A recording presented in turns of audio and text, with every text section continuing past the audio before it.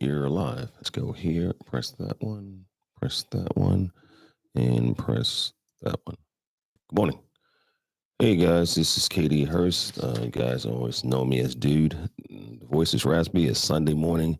Sleep, sleep was rough. Sleep was rough. Again, this is no crime scene morning show, weekend version. So we talk more than just animal control, animal enforcement, animal cruelty, stuff like that. During the week, I'll probably get to, on the short ones, some cases, and then on weekends I might go into a deep dive. Also, got a shout out.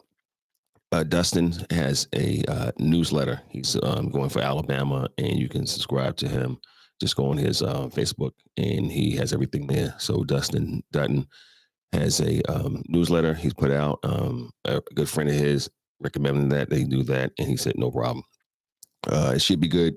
Everything Dustin touches turns to gold or beef jerky. Okay, he'll get that later. Was talking with my boy last night on the phone. He crazy. He crazy, and he's doing good. Lost a lot of weight. He's in the gym, everything. I'm not hitting the gym every day, but we trying my best to get my walk in, and then my diet's been a lot cleaner, and then slow down some of my bad traits. Slowed way down.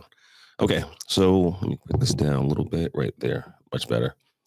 So the morning show, this would be season 5, episode 150, 150. Now, the episodes go up as long as I keep doing the morning show. So, and then we know when you go to the podcast, you know how to find it. Don't F up crimescene.com, and you go there and you see everything. As soon as I get my web designer to give me a date when you can go over there and go to the new merch store and, support that way. So let's talk this morning about support. Who supports you? How do you get support? Do you have an MOU, MMA agreement for other counties to help you out, other departments? How you steal stuff from them? Take, ask. And I said ask. So Nicole Amber did not come for me. I said ask. And I asked so Lisa Dirty, my former boss from LETI, she wouldn't dog me out during one of my presentations. She was like, do you know you say wit? I said, what are you talking about? You say wit instead of with. I'm like, no, I don't. You say with this and with that and with that. Well, because the New York Northern and Boston people say with all the time, or wicked, or they say some wild shit too. So don't blame me. All right. It's just when we grow up. So when we have to say with, we have to slow it down. So we might say wit. Okay. So don't come for me on that. So we already talked about the pending podcast, what's going on. 137, original story. 138, Michelle. We talked about her career and what she's doing now, a little bit, just relaxing and chilling right now in her retirement. Then we talked about cruelty, equine cruelty with Cindy Hunter. We're going to have Cindy back because Cindy liked it. At first, Cindy was like, dude, I don't want to, I might say something. And that's why we have an edit button, or we can go back and edit if you say something just too crazy, which nothing's too crazy. Now, the stories can get wild. Oh, Lord Christ. But, and then we have pending this week, Wednesday, because all Don't Have the Crime Scenes podcast episode comes out on Wednesdays, right after 1 o'clock, I think. So they drop, and then you can listen to it that afternoon or that Thursday morning. So they come out and just support, press the button, click on it, and it's a good listen to. Most podcasts is a great listen to work and from work. During work, I don't know. You might, get a little distracted because you might get really into the what we're talking about. And on your way to the call, it might be good. Seriously, some of it might be good to listen to some of the episodes during when you go into a call. So you might not forget things, because I usually go over and recycle the 5 pillars. I always do that and know why you're there. I might go over 5 pillars this morning, but they might be a good thing. Next is, let me see, Andrew Stubbs, director Andrew Stubbs. We're going to be talking about no kill and how he deals with it where he is, all right, in Alabama. So let me get that one out the way. Have my show notes all the time. So this morning we talk about support and support groups. It's going to be police, fire, EMS, code enforcement, and health department. Now, there's multiple, uh, I guess, talons and stuff like that you can claw and try to get in grift stuff from other departments. Like best ones, fire department or your EMA director, stuff like that. If you need TIVAC or you need disaster stuff, okay? And we all do. You just need to store it and hoard it and make sure it doesn't dry rot or stuff like that. Because you never know when you're gonna have an emergency. So hoarding situation is an emergency. Um, Large scale impound outside with bovines and equines and stuff like that, large scale, that is a disaster. Outside of your natural disasters you have to deal with, you need to have all these things put away somewhere. And I can't wait to get Eric Thompson on, and we can talk about that because he's doing a lot of things in KC and Missouri, stuff like that. And his counterpart, good friend, is Rebecca Houston, aka Rebecca Jimenez, and they do all large scale rescuing stuff like that. And I got to get a shout out to my girl, Katie Kraus. She's killing it, Bears, etc. And I've been seeing her drop and everything. So big shout out, stuff like that. Let me give a Jamaican. Now, the podcast, you hear all that stuff. Let me give myself a round of applause for going a few days straight. Thank you. Thank you. No, thank you. Now, the sound effects during this show, I'll get to it one of these days. I'm trying to figure all that out because what I have is a Rode caster. It is not difficult to use. All you need is YouTube. You need YouTube.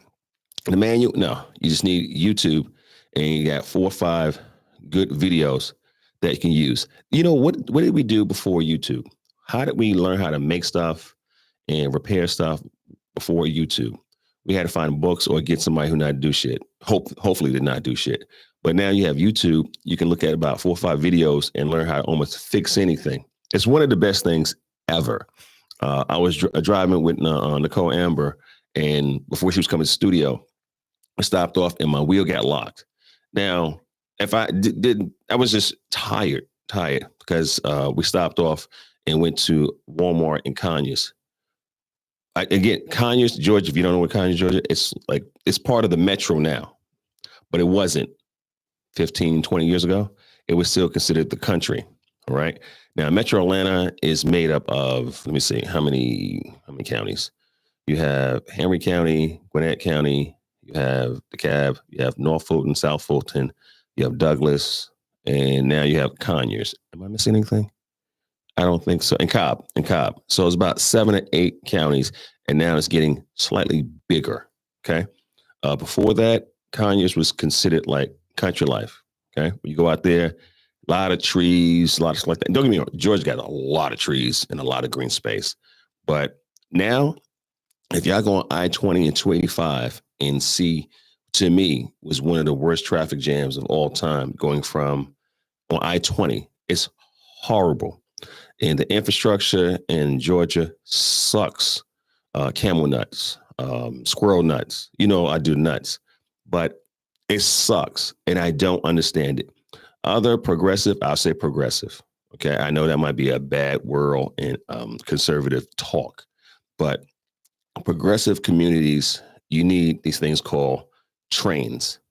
Trains move a lot of people with a small bit of space. And I understand it's eminent domain, but pay these people to build a train. You need trains in Georgia outside of MARTA, which is not smarter. If you come down and ride MARTA, your ass will be stuck like Chuck. Okay. It goes limited spaces and you have to ride those buses. MARTA buses, I think I wrote it in 1988 when I first came down to visit. Back then. It sucked then. I don't like buses. They're, hey, what up? What up, LaDonna? What up, girl? What's up? How you doing? What's up? Great morning. It's my dudette, Indiana. You know, it's the infrastructure here, and I'm a New York City boy. So the infrastructure there is incredible. Now, you might not like it because it's too many people now. There's been too many people ever. But the trains move millions of people. every day with some discomfort, but not a lot. Okay. The bus system sucks because there's so many people. Okay. I think they got 12, 13 million people in New York. I don't even know how that looks in New York. My last time was there, 2021, I think. And it was stressful because my dumb ass was going to Charlie. I think Charlie was retiring up in the Bronx. And we went to a small little, it was a bar, Demetrius, something up there in Bronx. And I haven't been to the Bronx, and it got the in front of it, so you don't have to watch yourself. Sorry for my Bronx people. But, just going to the Bronx and not understanding express and local. One thing in the train system, you have to understand what's express and what's local. And you have to know how to go express and take the train back off all the stops you missed. Once you get that, you're fine. Once you get that out the way in New York, you're fine. And no, the number trains, most of the number trains they might be different the way I grew up. Some of them, like the 3 and the 4, the 4 and the 5 might not go to the same places. And the 6 has always been the Bronx. But the 3, New Lots and stuff like that, for Flatbush, I think the 2 that goes out there. But it's totally different. Anyway, getting back to the Georgia thing, went inside Walmart out in Conyers. When I say one of the most ratchet, ghetto-ass, disgusting Walmarts in Georgia, tell me if I am wrong. All my Georgia peeps in Conyers, trash. That shit was hot garbage. Garbage. You walked in there, you're like this. Do I need a shot to go inside? Do I have to go to the bathroom? They need like mats and shit, okay? When you come out, they wipe your feet off. Horrible. And ratchet, this shit look like a Glorilla concert. I don't be coming for my peeps like that. But the hair bonnets and those, what you call those things?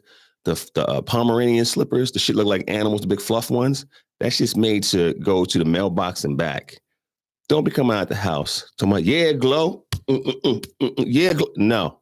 No, it's Walmart. Now, I know we all seen the Walmart Chronicles and the QT Chronicles when you have all types of ratchetness and debaucherous stuff coming in, all jumpers and all types of shit in the morning. In the wee hours in the morning, I got you. Not 7 o'clock in the evening. The light just went down or anything. Not 7 o'clock. You're looking at these fucking T-Rex. The bonnet. Lord Christ. The hair bonnets. Stop it. Okay? And I don't care. I know you're touching. Listen, it's something where I'm like that. Yeah, okay. I can't be affiliated. And we clown sometimes, but don't come out the house like that. We all go out the house a little ratchet from here to the mailbox, or you trying to take your garbage out, yo, and you scurry and stuff like that, and you got your stuff half open, your robe, or your ugly dashiki, or your Christmas sweater that is horrible, but it's probably one of the most comfortable things ever. Yo, stop coming out the house like that. All right. And to my country folks, okay, and they would say, "Well, whose country?" So I live way out. Okay, I'm an hour away, stuff like that. I'm around white people, not white, white, and I get along. We get along because they let you know I's country, and when you everything you see, they country, not hillbilly, not inbred, just country. But I'll be like, okay, and then the folks that look like me out here, quiet. Everybody chill. I'm serious. It's like going from where I am to where Atlanta is. It's like a different time zone. And, I remember Marcus said, "You like it out here?" As we eating Cracker Barrel, he said, "You sure?" As we're the only 2 black guys in Cracker Barrel. It was hilarious to me. Besides the waiters and stuff like that, or waitresses, he was like, "You sure you're all right?" I said, "Yeah.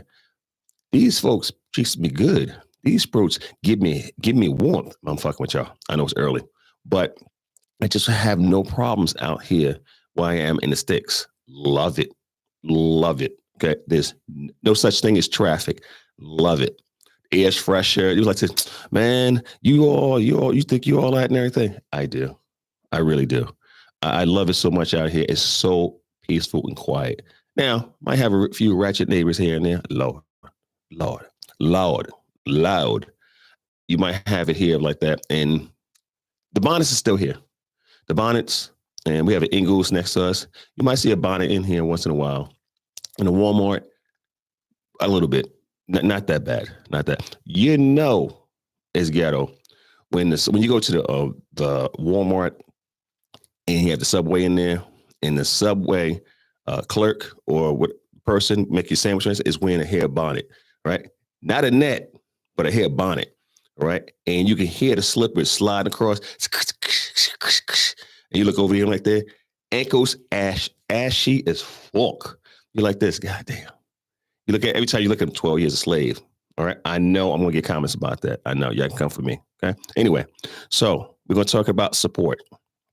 All right, support, and how do you get that support? How do you grow that support? And where do you put that?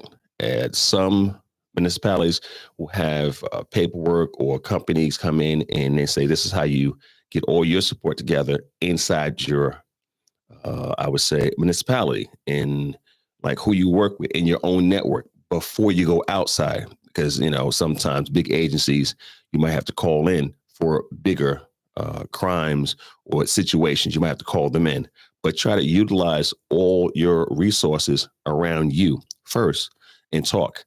You should attend a lot of these meetings for disasters, stuff like that. This is where you get people who have different skills, but can help you. So, okay, some of those will be, again, police. I don't know why you don't have a good relationship with your police, but if your local police treat you like a dog catcher, you need to stop that shit. Okay. The way you can do that is being professional, dressing professional, and doing your job accurate. Okay. And they see you like this. Oh, so you can stop, sit, officer, I'm Officer Hurst, animal control officer, or whatever my rank is. Even if you have a rank, but that dog catcher, yeah, I know I hate that. Y'all know the stories. I'm not gonna go there this morning, but I hate that. And some people say, bro, you let that little word get to? Yep. I'm petty. Yep. Because, you know, you call me a dog catcher, and I inherently will say, your mother. I'm wrong. I'm wrong. I'm wrong for saying, yo, your mother. And mean it. Put that sauce on that shit. It's like this. Oh, you know, you told my mother. Yep. Yep. I caught her last night. I tried to RTO to you. Now I'm wrong. Now I'm wrong. Okay? Because you call me a dog catcher, and, you know, I'm up there shooting the dozens now. I'm wrong. Now I am wrong. I am. But yeah, woosah. Okay. So fire departments do things a little different than the police. Fire, you can hear them coming. Police, sometime, depending on what the call is. They don't run code on everything because they don't need to, right? Fire is going to run code damn near every time because they need to get through the traffic. And, you know, this is emergency and it's life threatening. EMS, fire, excuse me. EMS is going to tend to the people, and, you know, they got to get there. And they might be supported by a small fire engine to support them if they need another paramedic.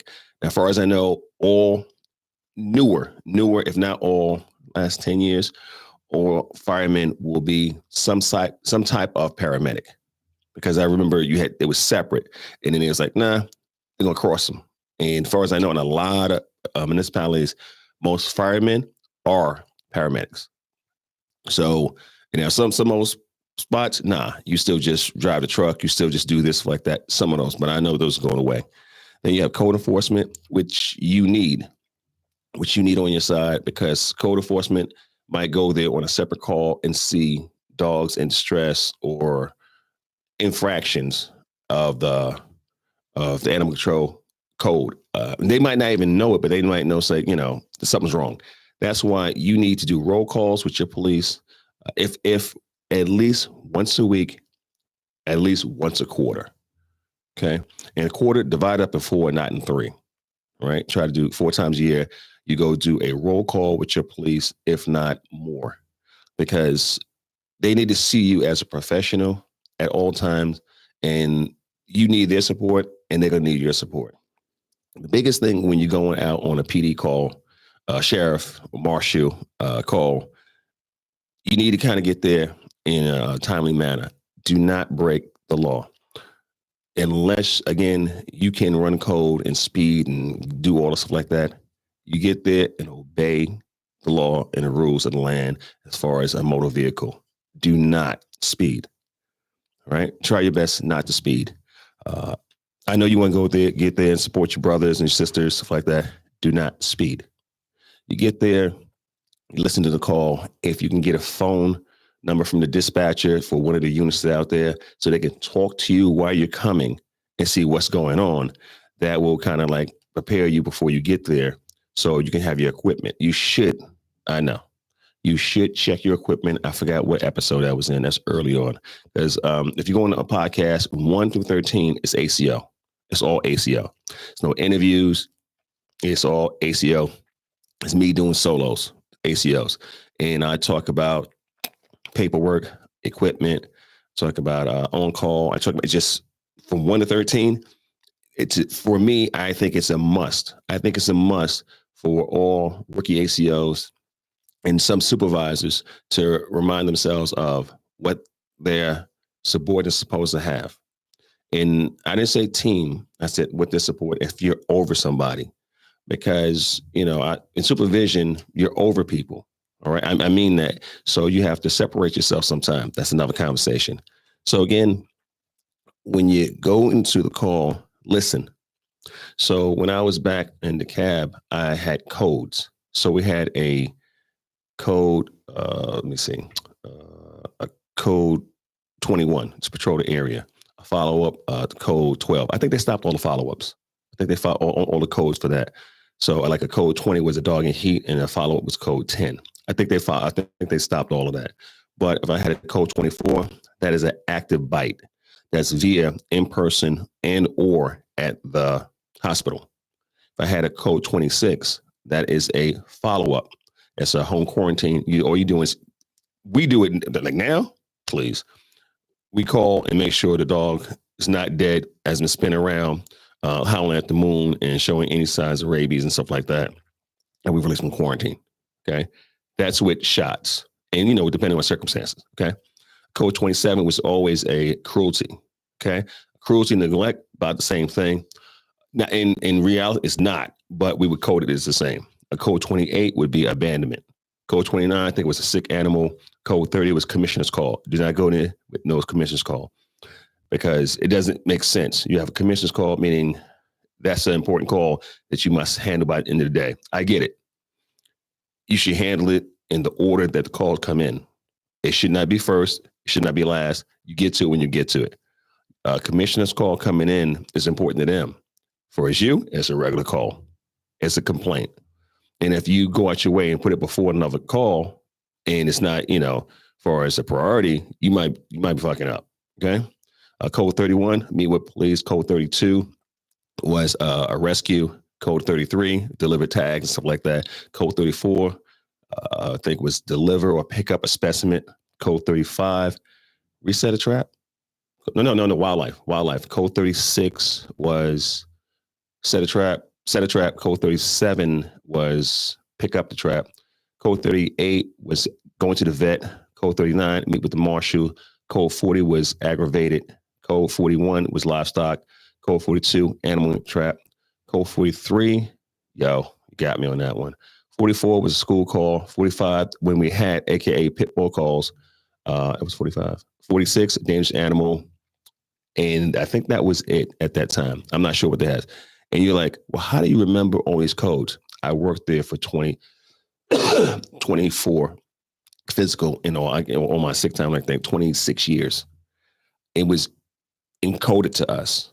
It was just in a code system, and a number system is so much better than plain talk. And y'all might not like that. 10-4, 10-9, 10-12, even though they might mean different things at different places, it solidifies and it's clearer from the dispatcher to the officer what this is. That plain talk, when you have to explain, I'm sorry. That's why you have TAC 2 or TAC 3. You go to another TAC channel for them to talk, free talk. But People was like, well, since 9/11, people didn't know what you're doing, stuff like that. They was in a rush. Okay. When you go to these unified calls like that, they use language, JIC. They have a whole language they speak, and if a little booklet is waterproof. I got one somewhere around here somewhere, right? And they speak a language because everybody speaks the same language. Once you get there, okay, and they don't use a lot of 10 codes there because it's unified. You're bringing all these different people together, states together, stuff like that. So it's a different language, and they might plain speak a little bit because depending on what's going on.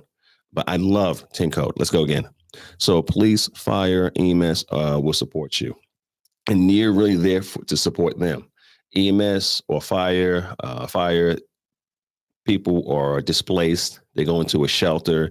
What are they going to do about Fluffy? Is Fluffy still alive? Does Fluffy need to go to the vet? Okay. Who dime is that on? We don't care about that time. He's trying to save Fluffy. Real talk. The vets be like this, scratching their head because they might not get paid. I ain't got nothing to do with that. If we have an owner, bill them. But right now, they don't have a house. Okay. So when we get there with a fire, do not go into a burning building. Okay. Safety first. If you can't protect yourself, you can't protect nobody else. Okay. You don't want to be another casualty when you over there handling business. For us police, listen and see why you're there. In the back of your head, make sure they're doing shit legal. Because, and don't get me wrong, law enforcement, they're not there to violate crimes. They just have to make sure shit is legal before you do it. There's chain of custody and all that stuff, and illegal search and seizure, stuff like that, depending on what's going on. For the most part, it's going to be nice and tight, okay? Except when you have officers, and I'm not trying to dog out, law enforcement, but when they go to the wrong house and bring in the wrong house, shit happens. Shit happens. And all you can do is like, my bad, put some duct tape up and send the bill later on, and hopefully nobody got killed. Shit happens, okay? That's why we measure twice, cut once. I didn't learn that until when I came down to Georgia and I got my first house in Stone Mountain. And I told you about Monty, Godfather Monty, teaching me how to fix stuff after you break shit and how to go fix it. When you measure twice, that's good. But cutting once is really good. You must include the width of the blade. So in the School of Hard Knocks in New York, where we didn't really have a lot of grass, we didn't have a lot of things we had to measure twice and cut once, we didn't have the stuff. Our fix it was, called maintenance, because I live in apartments. We live in projects. So if you do not understand how to add that little bit of the blade into your measurements, your shit gonna be short. All right. And I know you're like this, dude, for real. No, it's not common sense, because sense ain't common, but it's not common sense if you never, ever had a house or had somebody to make sure you add the width of the blade, because you be like this, I measured twice and my shit's still short. Because you're not adding the width of the blade. You're like this. And you do it like 3 or 4 times, be like this. Okay, what am I doing? Okay. All right. All right. I know. All right. Code enforcement. These are like your close cousins, your first cousins. Code enforcement is going to do, sometimes some of them, and depending on where they are, they do your job. They actually do duo. They do code enforcement and they do animal control. Because the description is real close, and what their jobs is real close, because all you're doing is checking for rules and regulations and, slight violations. All right. If they're okay, you give them a warning, and here's so much time, and you tell them this is what you need to do. You come back. We do that with code enforcement. Now, they will mess with outside and inside, kind of like we do. If you had a hoarding house or abuse, stuff like that inside the house, we got to go in. If you have outside improper restraint, improper housing, or tethering, or something like that, you got to go outside. So we get along with them very well, and that should be your first cousin, okay? And you have an MOU to work with them, train with them, cross like that, because when you go on scene in the house, it's dilapidated, the grass is overgrown, too many cars, and in the yard, or broken down like that, that's code. That's not you, that's code. And you should put a call on them, because they're going to call, and they're going to see a whole bunch of dogs out here with dilapidated dog houses. They're going to call you, and as they should, okay? First responders, mandatory reporters like that. This is what we do. We You're not giving people work. It's just, listen, I don't know if you knew this, but this is what's up. You're like this, all right, cool, we check it out. And it's called work. Okay, for you lazy motherfuckers, it's called work. Um, every day ain't gonna be slow. Every day you might have to get up and go out. Every day ain't gonna be slow. And I know Monday's coming and Friday, and if you have to work the weekends and you have to work on call, I've been on call since last Monday. I go off call tomorrow. And my work phone is right here. And if it goes off, the alarm is no joke. I cannot sleep through that alarm. All right. And I have to get it. And I'm so used to when I was at the cab, I say, they say, Hurst, we got one for you. That's all they say. I say 10-4, what you got? They'll say the code. I know the code. I'm like, I write everything. Now I'm going through the call with them as I decipher what they're talking about. They give me address and a cross street. Okay. They tell me what the code is and they tell me what the problem is and a callback number. I have everything from them. Do I need to color the dog sometime? No. Do I need the sex? No. I need to know a complaint. How many dogs? That would be nice. But I have a number I can call. At least I have something so as I drive, I can put it together and I can do what? Check your computer. Check your computer. Check your database to see if you've been out there before or see if another officer's been out there before. In case you have to what? Call for support, right? If it's a bolo, right? Be on the lookout for this person, right? It pops up. Danger, danger at this address. Do you need PD every time you go here? Do you need sheriff department every time you go there? What if you have a sovereign citizen? You don't call PD, you call sheriff. Okay, posse comitatus. All right. So you have to know all these things when going in. As far as my rookies, and a rookie is anything under a year. Let it come to you, and you're going to be, I don't know, what's the word? You're going to be apprehensive at best because you're dying to get out there. And it depends if you were in an academy. If you was in an academy, you're dying to get in the field. That's why you had field training, FTO training while you're in the academy. You get to go out. Remember, half the day, classroom. The rest of the day, field. It works that way. If you are separate from a shelter half the day, you're in the shelter doing whatever, then you're in the field, vice versa. Okay. Go to find a shelter, see a dog, see how they clean, stuff like that. Because some of us don't do dual. Some of us don't clean and go on the road. I have to do all types of stuff now. And I'm very fortunate to see how all the shelter stuff has changed.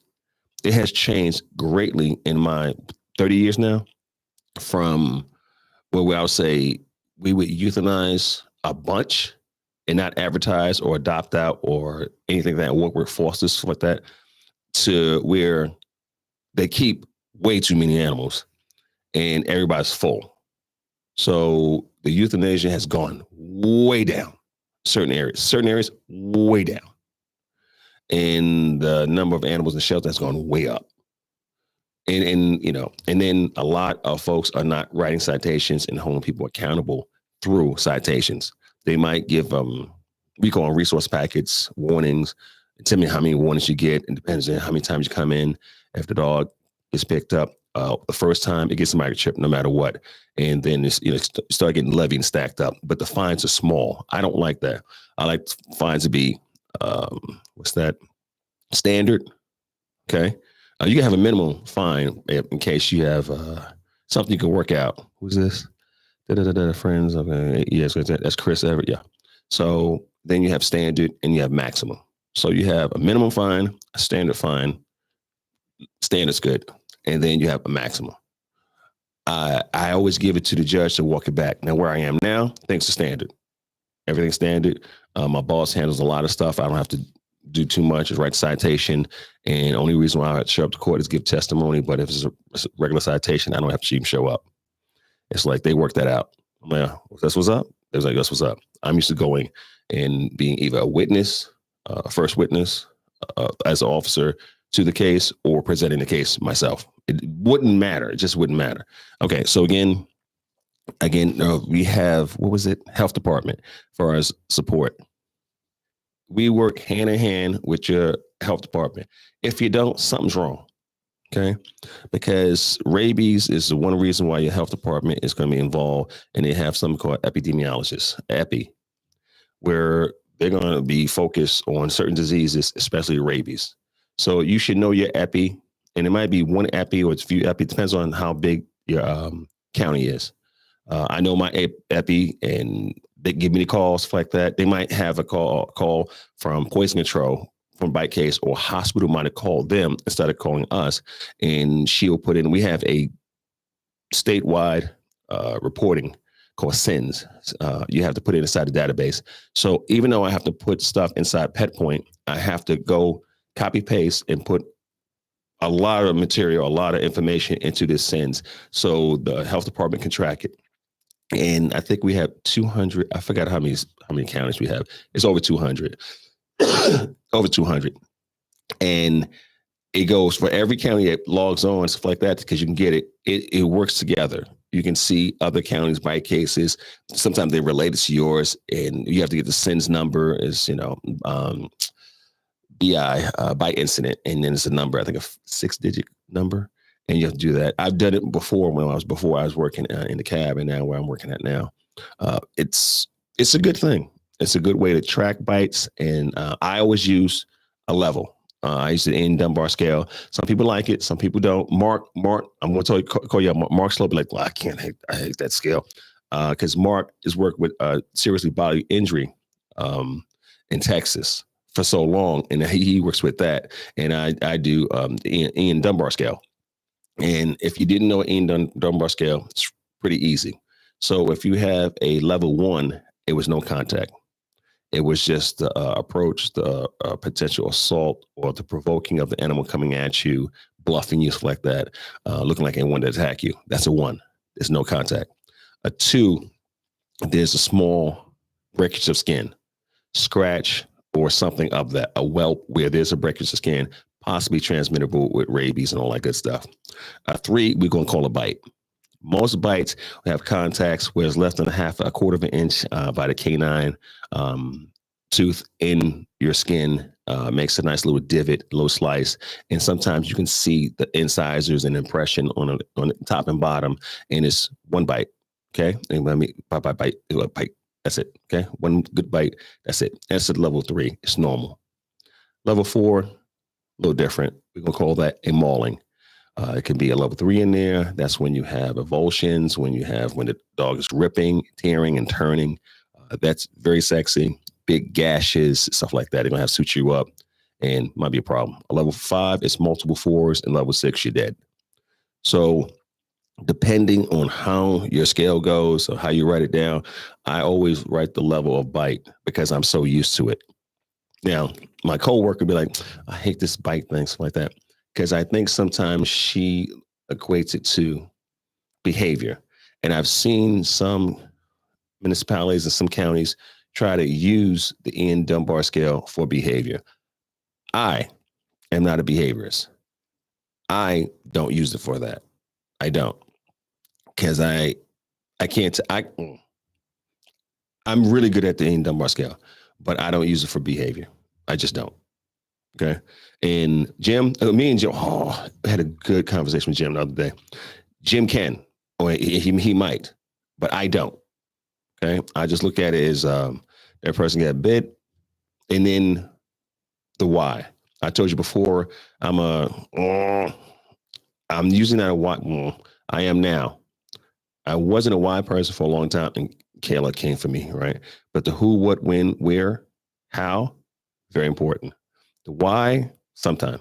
And now I got to include the why all the time on bites, especially when the bites are level 4 and 6. 4, 5, and 6. And most dog bites are provoked. Most. You don't even know they're provoked. But you put your hand up, that's provocation. Okay? If you went over there towards the dog's food, provocation. Dog got a ball and you went to go get it out of his mouth, it's provocation.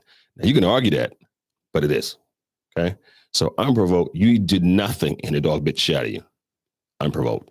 Okay? So again, let's go with support and get you guys out of here. And if you didn't know, this is season 5,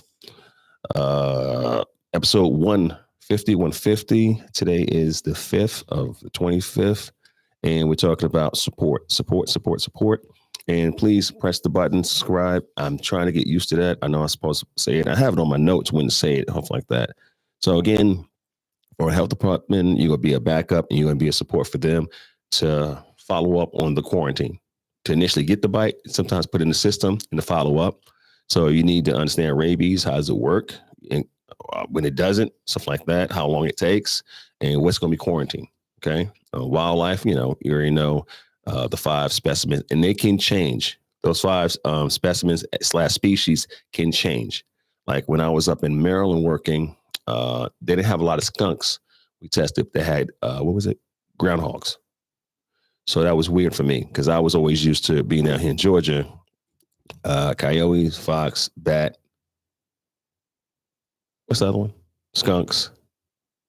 And am I forgetting one? Coyotes, raccoons, I'm sorry. So those are the 5 I was used to. So some places, and I went further up on a ride along with Matt way back in the day, McCormick.